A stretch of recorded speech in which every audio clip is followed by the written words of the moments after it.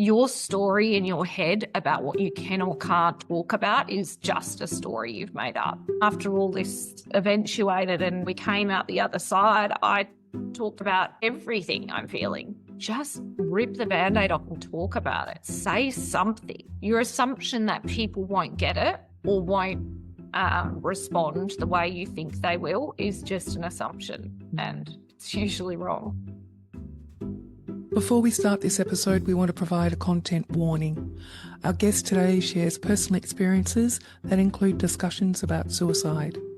We encourage you to take care of yourself and listen in a way that feels safe for you. Please check the show notes for more detailed descriptions. Prioritise your wellbeing as you listen and reach out to a mental health professional or local helpline for any additional support. If you are listening within Australia, please contact Lifeline on 13 11 14 or Beyondblue 1300 224 4636.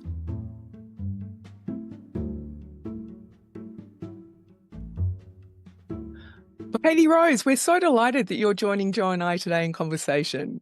Thank you. I'm very excited, a little bit nervous. That's okay. Nervousness is fine. Katie, to start us off, what was a key challenge or event that's happened in your life that actually has been quite significant for you? There's been numerous key challenges, but there's one that stands out to me. I guess you could call it a breakdown, basically. I don't know. There's different words: dark night of the soul, nervous breakdown, mental breakdown. For me, it was just a period where everything that I had very tightly built around myself to feel okay in the world, and not great, but just okay in the world, came crumbling down all at once. Mm-hmm. And it really, really forced me to, one, get help, but two, to actually just acknowledge what was there and what was obviously there for a very, very long time, and I'd been suppressing and pushing down. Yeah. Katie, what was happening just before that breakdown? Was there anything in your life that you could say was a preemptor to that? When you look back, it all seems very clear and it all seems to make sense how it happened. But it took me a long time to get to that, because I think we're conditioned to only think that somebody should have any mental health problems, any anxiety or depression, if they've had some massive trauma or really hard childhood or something else that we would typically attach to mental health problems. So it did take me a while to put the pieces together and realize that although I didn't have as many of these big T traumas, as they're sometimes known, I had a significant amount of little T traumas, and also a significant amount of just suppressing my true self and pushing through really, really difficult emotions and physical symptoms in my body, because I basically didn't feel that I was someone who should complain. Who am I to have this problem when there's people out there starving? And, it's a generational thing as well with how I was raised, was that, you're lucky, you've got it all. Yeah, I pushed things down. I didn't acknowledge my true feelings. I definitely didn't even know what an intuition was or how to listen to it. When I look back at the years before this breakdown, I think of myself as someone who was really just existing almost like an actor in a play. I was being who I thought I should be. I was the teacher. I'd got the degree. I'd done the things that I was meant to do. I was waiting to meet the man and have the husband and have the kids and follow that trajectory of what I thought my life was meant to be. I'd never really stopped and thought about what made me happy. I'd always looked for that external. When I look back to those, particularly the 2 years before this, I was really lost. I was living in a country town. I was around 24, 25. And in a country town, that's old. My friends had 2 kids, 3 kids, some of them. And I was back where I'd grown up after moving to the city and teaching for a while. I'd gone back home, and all of a sudden I felt like I was being left behind. So I started looking elsewhere and I started going, well, maybe I need to move. Maybe I need a different job. It was this external seeking of trying to fix what I was feeling inside.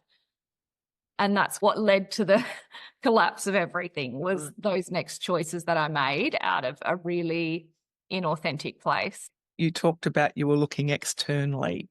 Mm. Did you have any awareness at that time that that's what you were doing, or is it just No. something that you did?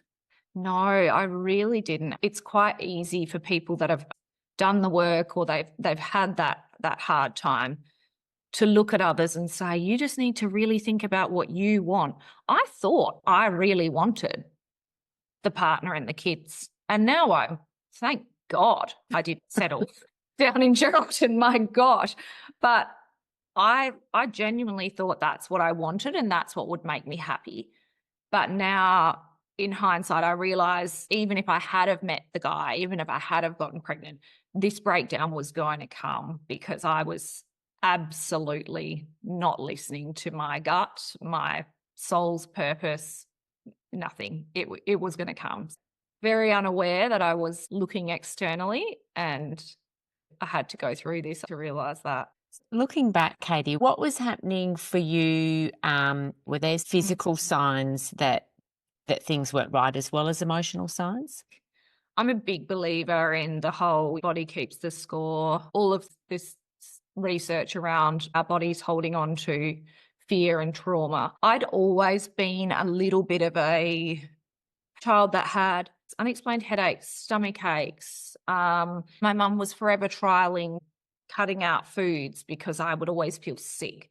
And again, in hindsight, I realised I was quite an anxious child, and that was probably never acknowledged. It just wasn't. I didn't even know that word. And then as a teen, that manifested into more irritable bowel syndrome, which feeds into anxiety because then you're nervous about going anywhere. And as a teenager, you're worried about going to school. And then I had endometriosis as well. So that was severe pain and heavy bleeding. And I remember going to school just being terrified of what might happen during my period. And then knowing that at school, most of the staff and people that you dealt with there were incredibly not understanding or compassionate. They saw us as bratty teenage girls who were trying to go home and we wanted to get out of school. And I remember being in the sick bay as a teenager and they'd called my mum and I was in the fetal position, just in so much pain.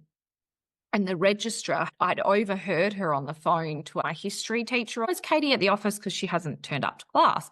And her saying she's probably trying to get out of doing that presentation. And I've never forgotten that. Oh, God, it almost makes you emotional.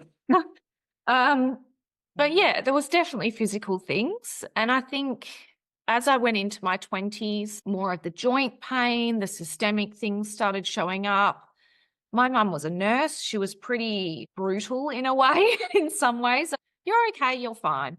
And I remember once I told her about my joints being sore, but of course I didn't live at home. I was a country kid. So I moved to the city at 18 and was out on my own. And we went on a family holiday when I was about maybe 21. And I said to Mum, see, look at my fingers. Look how swollen they are. And she obviously hadn't physically seen these things because we'd always just chatted on the phone. And she went, oh my gosh, okay, you need to see someone. And then I was diagnosed with lupus disease, another inflammatory autoimmune thing. So all through those sort of early 20s, I was really struggling with that. I guess that one, wanting to be like all my friends, wanting to be like everyone else and having what everyone else had, but also with a body that was more tired than everyone else, was aching. If we went out drinking to a festival, I was in pain by 10 o'clock and really struggling and having to pretend that I'm fine because you don't want to be a Debbie Downer. There was a lot of anxiety around that and hiding the symptoms. Don't complain. Don't even mention it until it's at the point of excruciating. And then you might say, oh, my back's a little sore. There was definitely a lot of physical stuff going on. And it's funny because when this whole scenario happened, the physical signs I feel really amplified. And again, in hindsight, my body was trying to send me signals that something was wrong and I needed to stop and just listen to my body, to my intuition. So the word permission comes up for me, Katie. It seemed like the teachers weren't giving you permission or validating your emotions. Society wasn't giving permission, and then you weren't giving yourself permission to validate your own experience. That very much resonates as the truth. I think any invisible disease is really tricky because although you're so grateful that you don't have some sort of physical disability that everybody's seeing all the time, nobody knows how you're feeling. You look like you're fine. So there was a lot of struggle around that. And there still is at times. I have to remind even my partner when I'm saying, God, I'm so tired. And he says, why are you always tired? Remember I have that autoimmune disease. We've talked about that. And people just forget because you don't bring it up, of course. And there's those little niggling things that you just think are normal, but they're not normal to everyone else. Social media is as much as it's toxic in so many ways, wasn't big back then. So there weren't these accounts of people sharing what it's like to live with an invisible illness. There wasn't awareness of Lupus Day or fibromyalgia. That wasn't out there. I didn't even know about autoimmune diseases and how many people they affected. And it was when I was so much older and starting to see more, starting to read more, just seeing people share things, and you start to realize like, oh, okay, there's lots of people who have these symptoms, and oh, here's how you can talk to a partner about it. Here's how you can tell your family how you're feeling. There's just so many of those little things that over time have helped to make it a bit more accessible and normalized to talk about. And I think even just being in your early 20s, you're not really clued on about health. Your friends don't care or know what you're talking about. It's interesting, Katie, you should say that, because there's a lot of what you were saying about you were living inauthentically for you, because society to a large degree wouldn't allow you to be who you were, because you're a young, vibrant woman that is in a society that really only likes to see young, vibrant women. And that wasn't your story. So it wasn't your truth. To take you forward to when you started to realize that you were having that dark night of the soul or the breakdown, what was it that happened for you and how did it play out? Really what happened was I taught in Geraldton for 3 years at this point. And because I was watching everybody settle down and find partners, and I just had no interest in anyone in that town that I'd met. And I just really was, what next? I need to move on. I wasn't unhappy. I actually loved my job. I loved living near the coast. I loved being able to drop in and see my parents whenever I wanted. I'm incredibly close with my parents. But for me at that time, I thought, well, I need to do something because I'm mid-20s and I need to meet a partner and I need to settle down. So I started looking for jobs in other places. I was really lucky because I was permanent in my school. So I had a job no matter what. And a job I applied for, a bit of I'll chuck it in. I doubt I'll get it and I'll decide if I do. A job I applied for was in Karratha. And I got the call saying, we want to interview you. And then not long after that, they said, we really want you for this position. And it's a permanent position, which meant I had to give up my permanency in the school in Geraldton that I really liked and take on permanency in Karratha, which I had no idea if I wanted to be there long term. But I thought, you know what? It really doesn't matter. If I wanted to move back, I could get another job.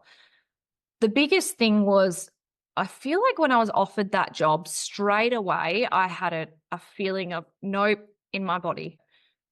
But of course, I had no idea how to really listen to that. So I went to school and I told people I've been offered this job, and everyone was, you should do it. You'll love it. Oh my gosh, you'll have the best life up there. You'll be camping and doing all the things you love. And oh, you'll meet a guy in no time. All those FIFO workers up there. Everyone around me was romanticizing this idea and you should do it. You should do it. And I think we all do that. We all do that to other people. When someone's offered a job, we don't stop and say, look, it's actually okay if you don't want to do this. We're so quick to go, you should do it, because it's not us. We're not taking the risk. It's like, yeah, go for it. I'll watch what happens from the sidelines. So yeah, everyone was pushing and encouraging it. And I remember just going, yep, okay, just smile and nod. I'll take it. And as we progressed toward the end of the year, I definitely was getting more and more anxious, which, again, it's really hard if you're someone that has anxiety to know what level of anxiety we should push through and what is our gut telling us something's not right. So moving to a completely new and somewhat remote place, of course I was going to feel some anxiety. However, when we got towards Christmas holiday break, my house had been completely packed up by the movers. Everything I owned was in storage. I had 2 rescue cats at the time. They'd had to be put into boarding until further notice. And I had my dog. So I can stay with my parents until I move in mid-January. Over Christmas, more and more of that anxiety is building. Again, I'm not listening. I'm not even thinking about it. I'm just putting that away in the back cupboard and pushing forward, thinking when I move, it'll be fine. It'll be fine. Then just after New Year, I got a call from the people at the government housing who were organising my place in Karratha. And they said, we actually don't have a house for you. So when you move up, you're going to be in a shared accommodation. And I Googled this shared accommodation straight away, and it was mine site type setup. So shared kitchens for meals. Some people might be absolutely fine with that. That was not going to be comfortable for me at all. I was terrified. So I thought like, oh, okay, yep, that'll be okay. So had to talk to the parents about, can you keep the dog for a bit longer, because I'm going to have to go up. Again, this anxiety is building and building in me. I'm getting to the point where I'm feeling quite sick every day. And then there was a pivotal moment where I woke up one morning and I could not lift my head off the pillow. My neck had completely seized up. I was in so much pain, it could barely turn my head side to side. And I remember calling my dad and saying, oh my God, I've really hurt my neck. I think I need to go to a chiropractor, but I don't think I can drive. Couldn't get into a chiropractor anywhere. He ended up finding someone, and I went in and they just said, no way, you need to go straight in for x-rays. Anyway, found out I had a whiplash injury from about 8 years before that had just decided to all of a sudden really just ramp it up to the point where my vertebrae and my neck were almost coming out the back. They were just in a complete opposite curve. So this chiro had said, you can't go anywhere. You definitely cannot get in a car and drive for 12, 13, 14 hours, whatever it was, to Karratha. All of a sudden there was this physical pain that had layered over the anxiety. And that physical pain for me was a huge trigger, because it was, again, a reminder of all of those things. I'm not like everybody else. There's something wrong with me. I can't cope. Why does this happen to me? Loss of control, all of it. So all of that was brought up, and didn't have the house, couldn't get up there for the start of school. And any teacher that's a type A teacher, the start of school is very, very crucial. How you're going to set up your classroom, how you're going to put up your displays, the name tags for the kids, the routines, everything. So all of a sudden I'd been told, you can't go for at least 6 weeks. We need to do all this treatment on your neck. Calling up the principal of that school and saying, I'm actually not going to be there. And they've said, oh, okay, we'll get relief. In my head, I remember just thinking, I don't know if I'm ever going to get there. I really just don't know. And as we got closer and closer and the neck started to heal, it became crunch time. Like I had to go. Me today would have just said, I really don't think I want to do this. You know what? I think I'm going to turn it down. I think I might just do relief for 6 months. Something doesn't feel right. But me back then, my God, I would never have admitted to even having mild anxiety about it, let alone changing my mind. It's a really interesting point that you're making there. Just around me back then would have never have done that. So tell me about you back then and why you wouldn't have gone with what you felt was best for you. It was mostly around disappointing people, I think. It was a huge people-pleasing thing. It was like my mum was so proud that, oh, my daughter, oh, she's moving to Karratha soon. And, oh, wow, what an adventure. And everybody knew. And it would be how embarrassing to say you didn't go. Me today is, who cares? Who cares? Back then that would be so embarrassing if you had to just tell people that you decided not to go. I don't know what I thought. Maybe that means, again, you're facing the fact that you couldn't cope. So was it around fear of their judgment? Fear of, for yeah, sure. yeah. Yeah. It was nothing. Nothing was how I felt. It Mm. was definitely, what will mum think? What will the people at my old school think? What will the friends all think that I've told I'm moving? Things progressed, and I still remember the day that I drove out of my driveway, and I was so anxious staying with my parents. I hadn't even said to them, I'm feeling really anxious. That just wasn't a sentence that I ever thought I could say. I'd gotten to the point where I was not able to eat. I remember getting in the car and I drove to Carnarvon, and then I did overnight there, and then I drove the rest of the way. I cannot remember that drive.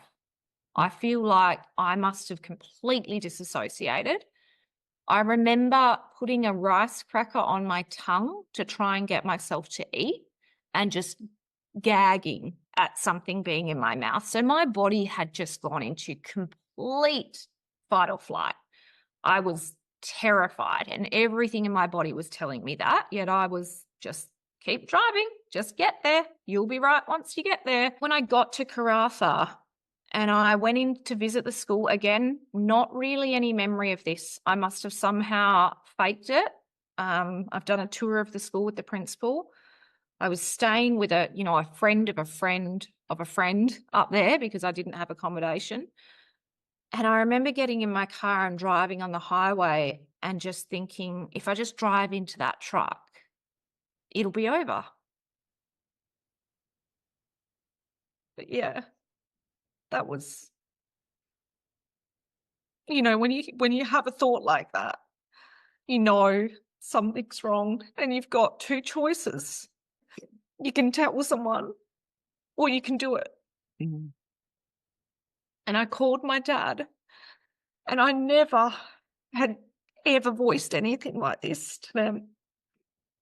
And I said that to him, and he said, go straight to the hospital.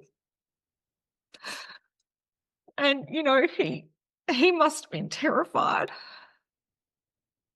But yeah, I got to the hospital, and I was sitting in this public hospital in Karratha. I'm sure you can imagine the sorts of things you're seeing.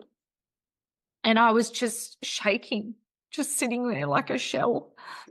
And I think they admitted me, as they do, give you a Valium, tell you to go home. That was it. And I think the doctor visiting must have been a locum up in those country towns. My mum had called me on the phone trying to check in. Although they knew something was wrong, they were still very much in that fix-it mode. You'll be right. You'll be right. We'll get through this, and then once you get to school, everything will be fine. No one was really acknowledging how big this was. And the doctor got on the phone to my mum, and he said, you need to get up here. You need to fly up. She can't be alone.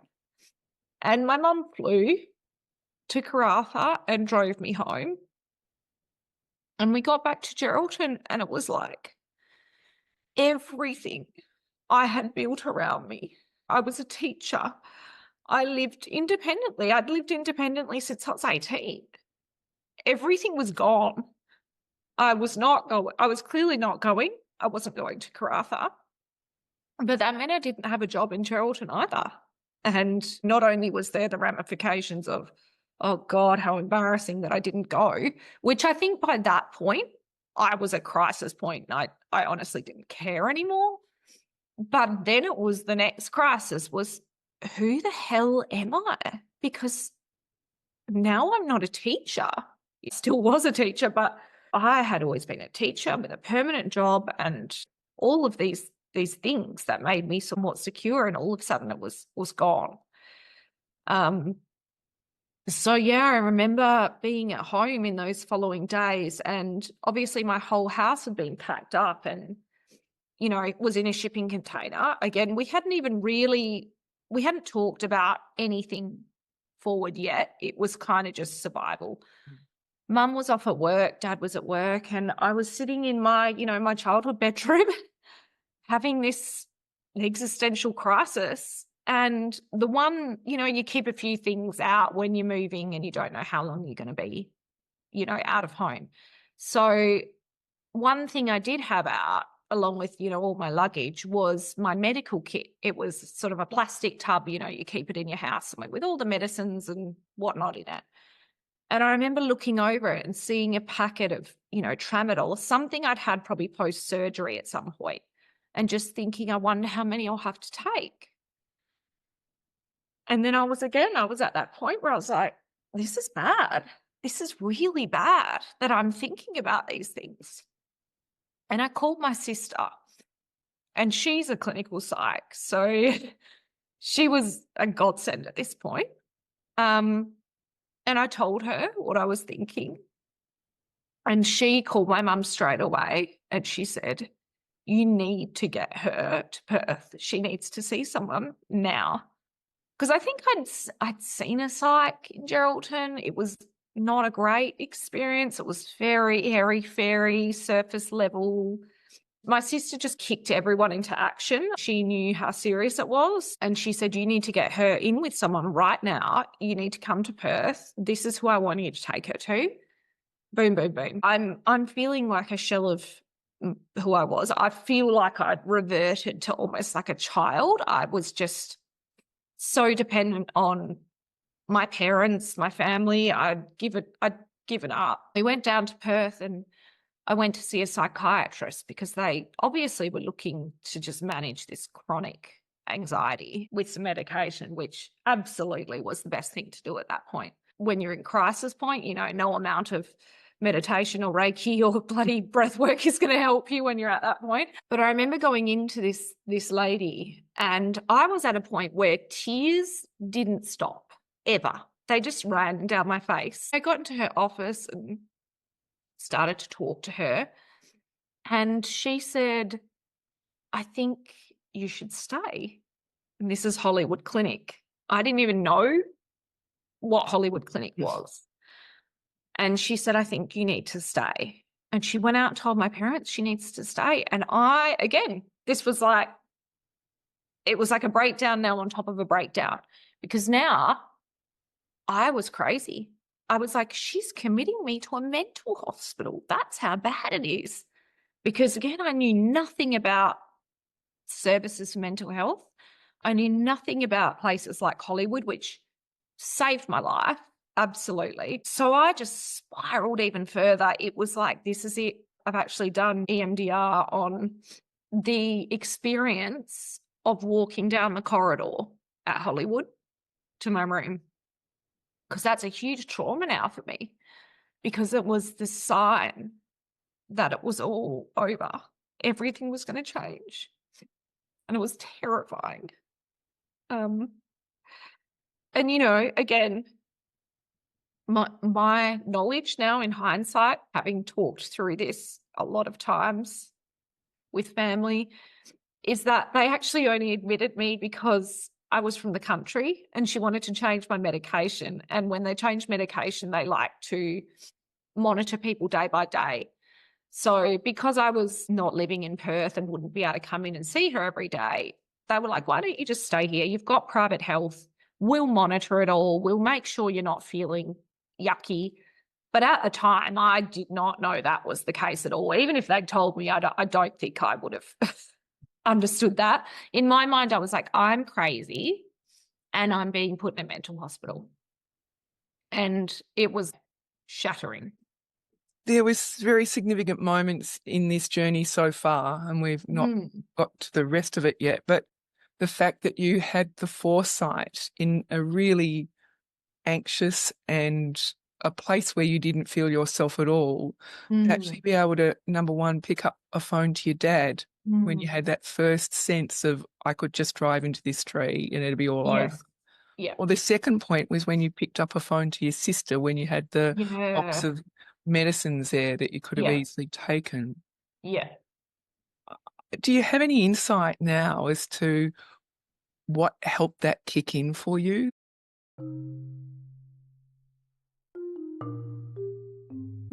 Yeah, I do often think about that. What was it that made me take action, I guess? And I think that I my ability now to empathize with someone that's suicidal, you could never tell me that that person's selfish. I absolutely understand how it happens.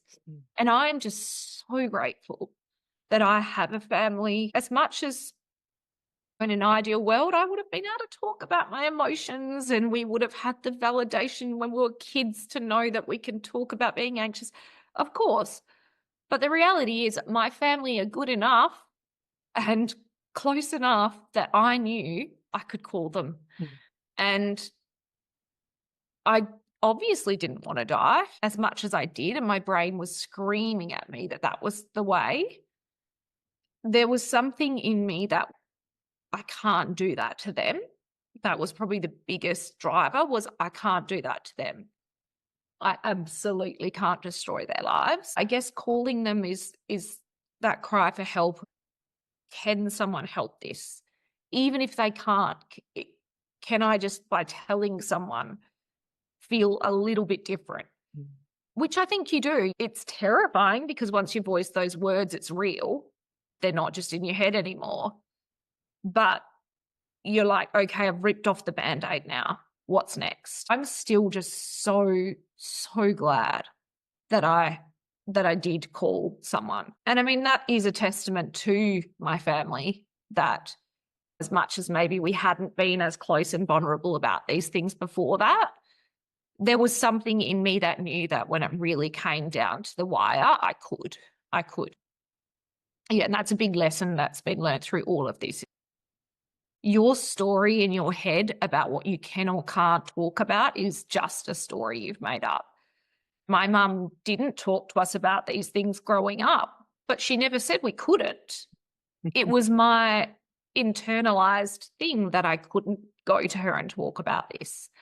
After all this eventuated and we came out the other side, I talked to her about everything I'm feeling. Sometimes it's met with the writhing, sometimes it's not, but I'm not afraid to talk about it anymore because she said, why would you ever think that I wouldn't want to hear that? Why would you ever think that I wouldn't be there for you? That's probably one of the biggest takeaways. Just rip the Band-Aid off and talk about it. Say something, even if it's something to test the waters and then go into it deeper. But your assumption that people won't get it or won't respond the way you think they will is just an assumption, and it's usually wrong.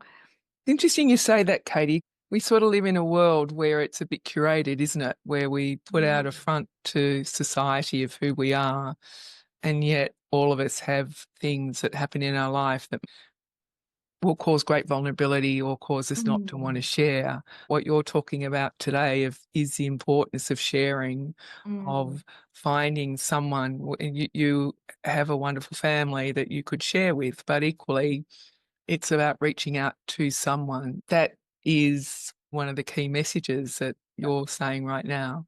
Yeah, for sure. Like you said, we all have these things. And I mean, this happened years ago now.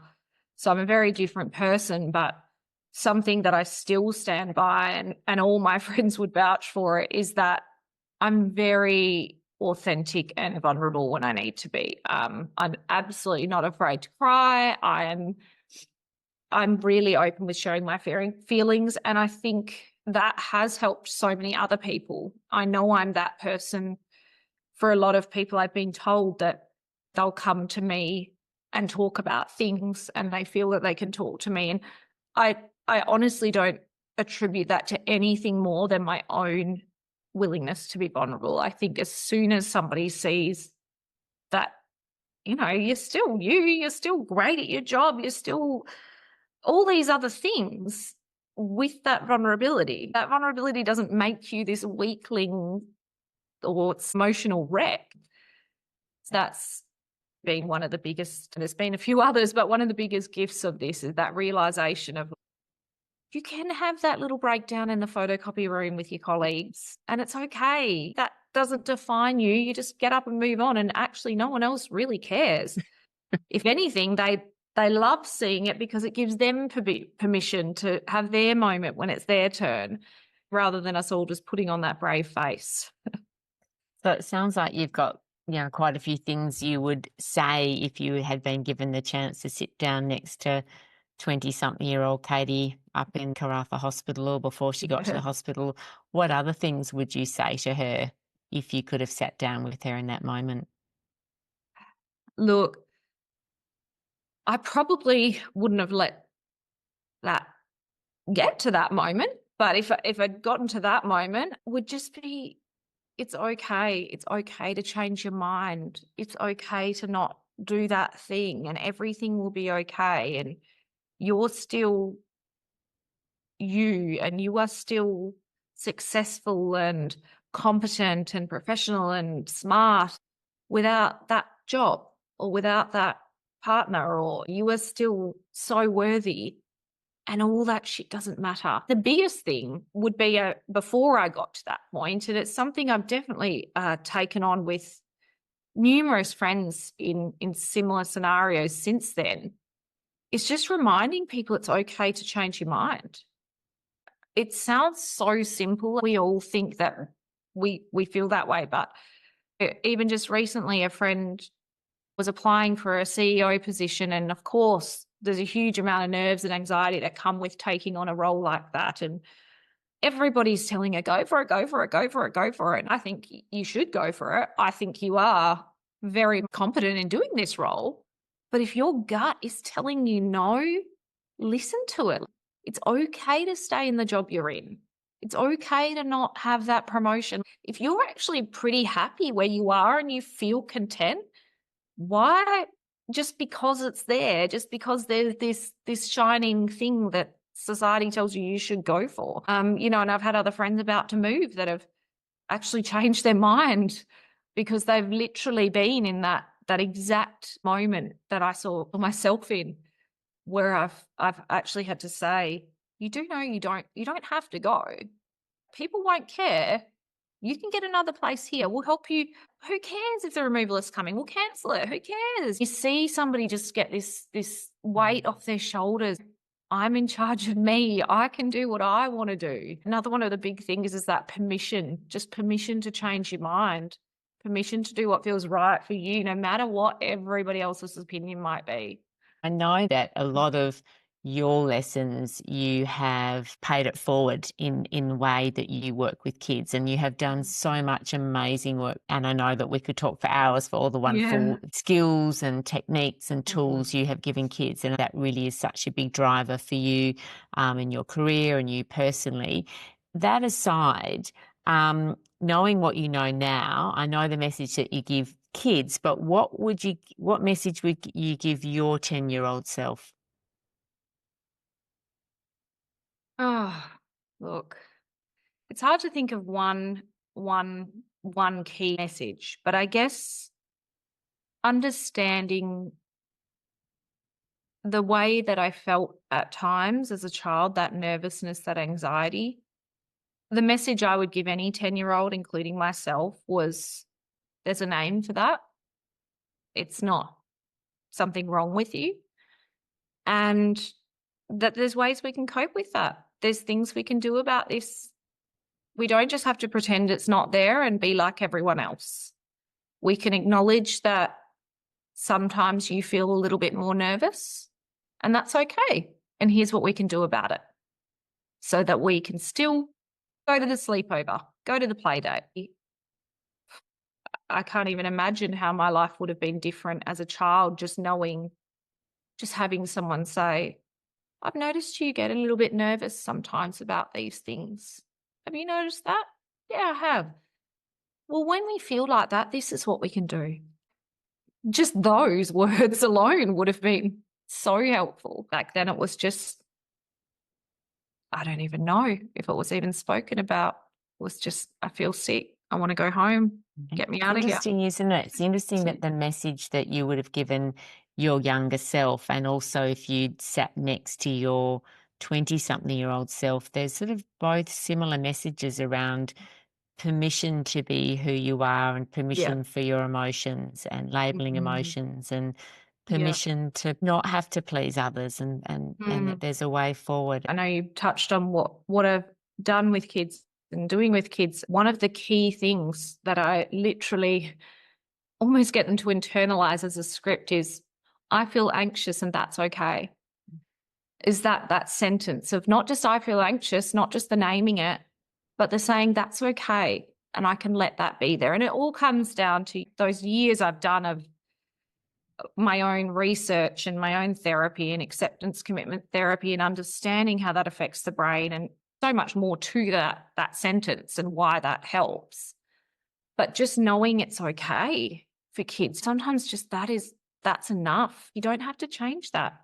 And then all of a sudden that struggle with it and that pushing it down and that resistance and that pain and that sickness, it all eases away and, oh, okay, that it is okay. It's just a feeling.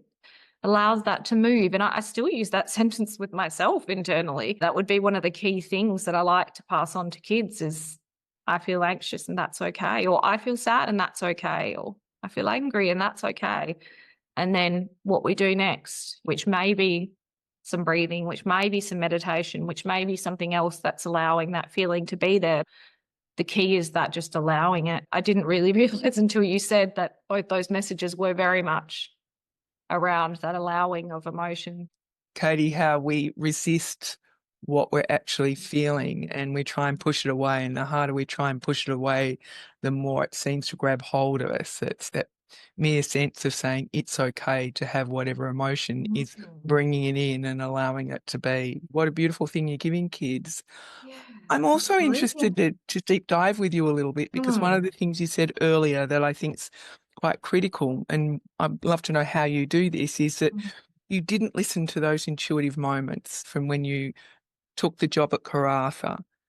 How does someone, or how did you learn to actually listen and identify what was intuition versus fear of judgment, or what was intuition versus fear of something else? I don't even know if there's an easy answer to that. I will probably always, and everyone probably always struggles with that to a point, especially if you are someone that is a little bit on the anxious side in your disposition, in your, if you're a highly sensitive person, things can feel like it's your intuition when it's really just anxiety. Through things like meditation and being able to sit and stop and identify those thoughts, meditation is very much that being able to step by and watch those thoughts come and go. If those thoughts are all around external things, like what will people think, then I would straight away know that that's not a me thing.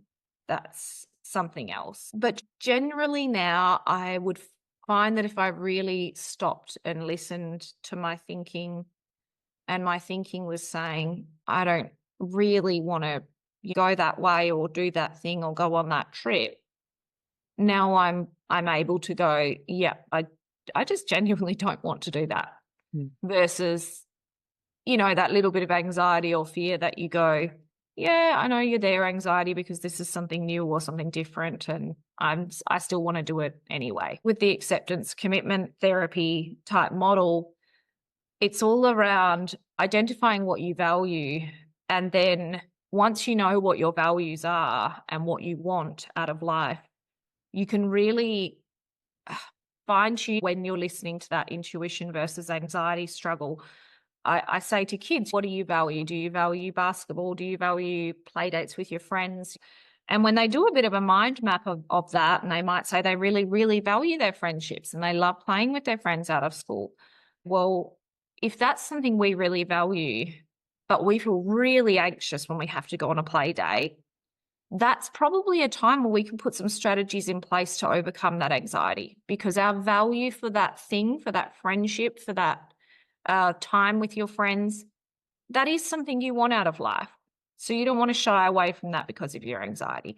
If you're, say, putting pressure on yourself to do some sort of oral presentation that you couldn't give a crap about, it's not something you value. You don't want to be a public speaker, and you stop and think, why am I doing this to myself?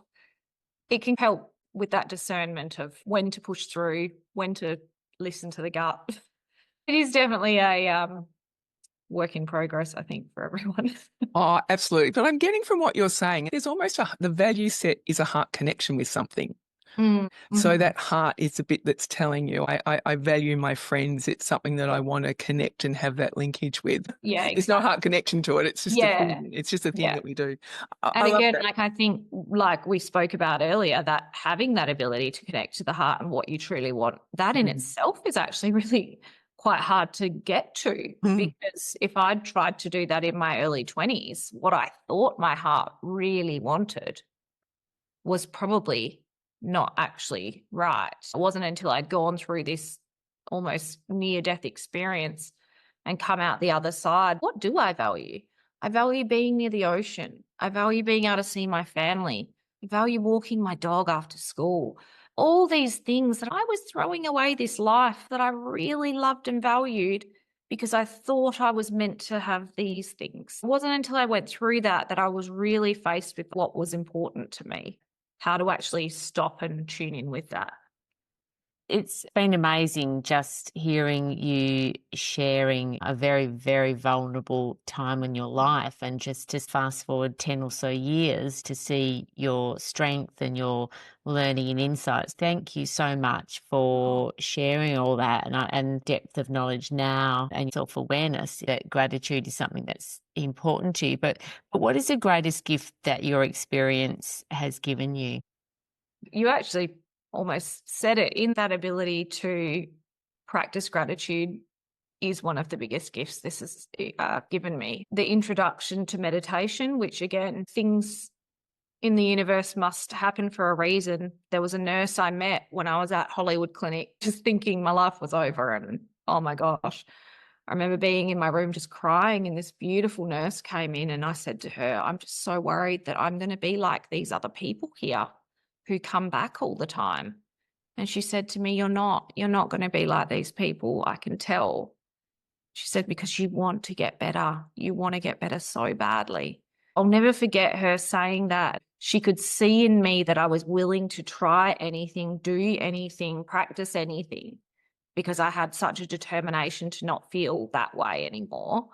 And she actually introduced me to meditation. I had no idea what meditation really was. I just was one of those people that thought I can't do that. It's some sort of woo-woo thing. She said, I don't know if you're interested, but I have these CDs I sometimes listen to after work. Have a look into it if you're interested. And I did, because again, I was willing to try anything. Another thing she said to me was just spend this year focusing on you and getting better. Don't worry about anything else. Give yourself a year. And it was like I gave myself that year of crying and therapy and meditation and 3 steps forward, 2 steps back. But I really committed in that year. I went into anything I could do to help myself. And that gift of meditation, it wasn't so much the gift of meditation itself. It was the doorway that opened to some spirituality, some understanding of something bigger, something more that we're a part of, even that things had happened for a reason. That would probably be the biggest gift, because that led to a lot more.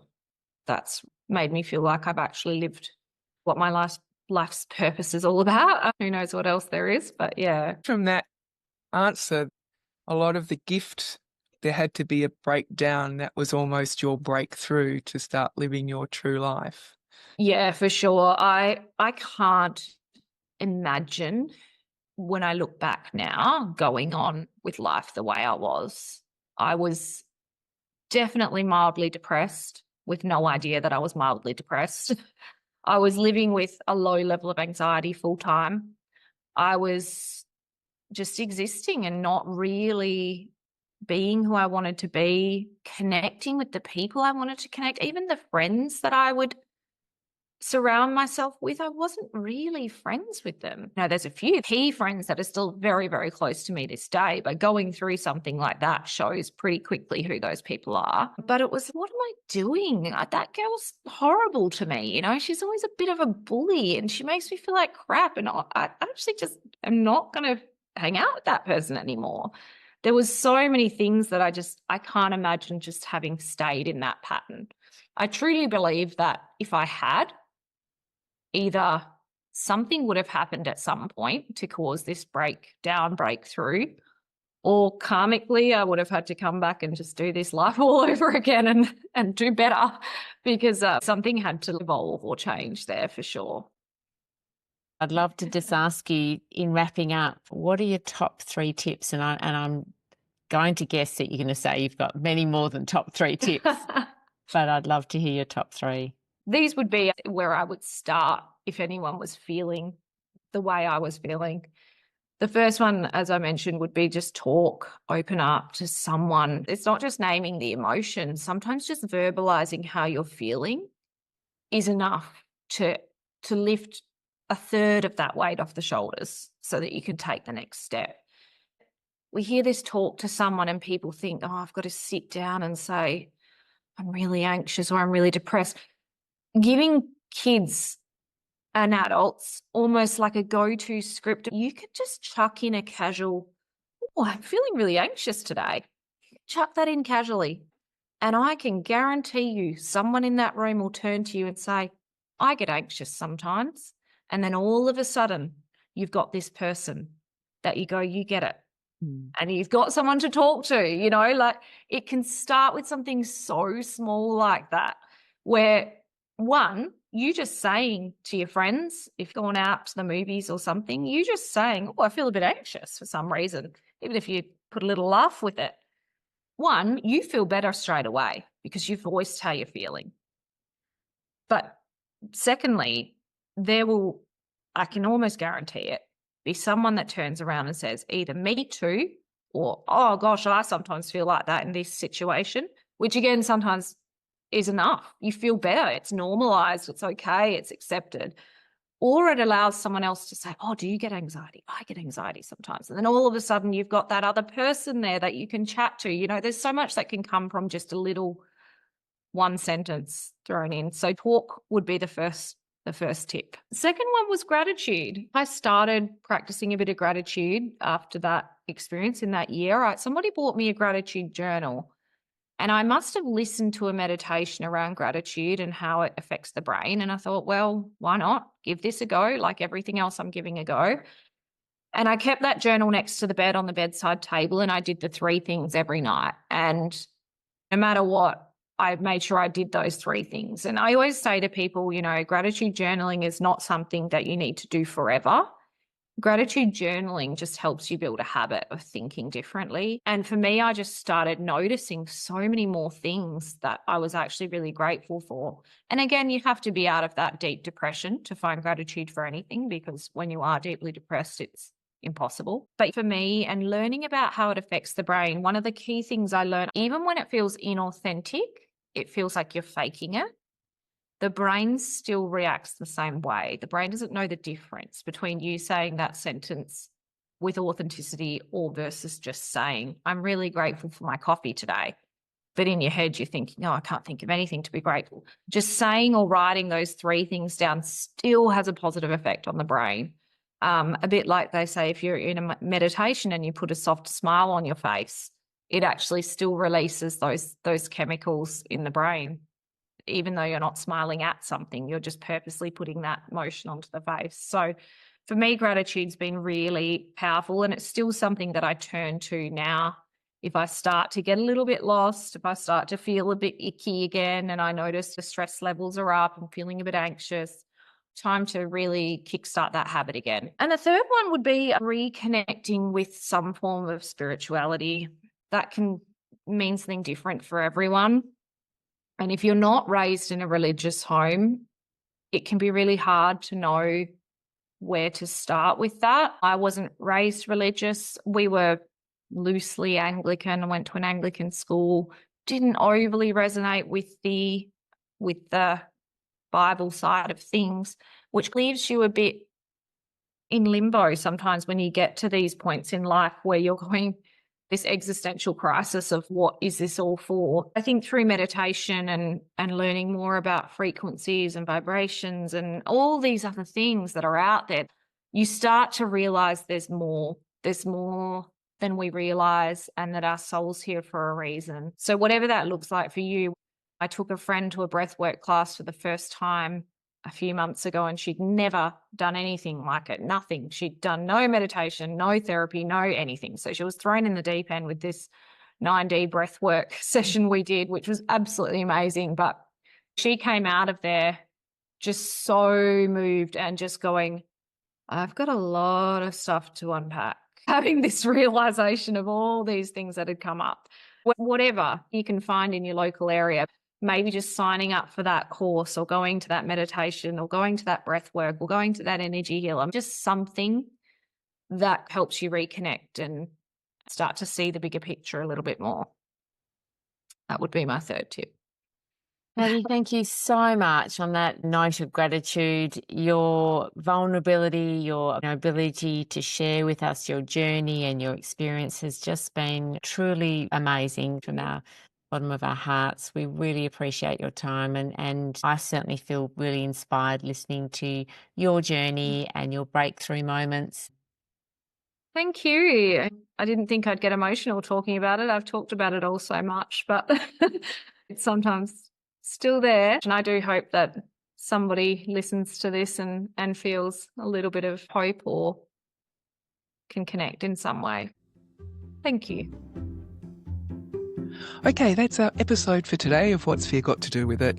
Thanks so much for your company. We hope you found it insightful and it left you with some helpful tips from our guests and some great points for you to reflect on. Don't forget to subscribe to us on Substack or follow us on your favourite platform. Leave a review. We'd love to know your thoughts. Maybe you'd like to be a guest or you know someone who you would like to hear their story. Reach out to us on Insta at whatsfear_podcast or email us at info@whatsfear.com. All the guests' show notes are below to find their tips. And until next time, from Jo and I, take care, stay curious, and keep the conversation going.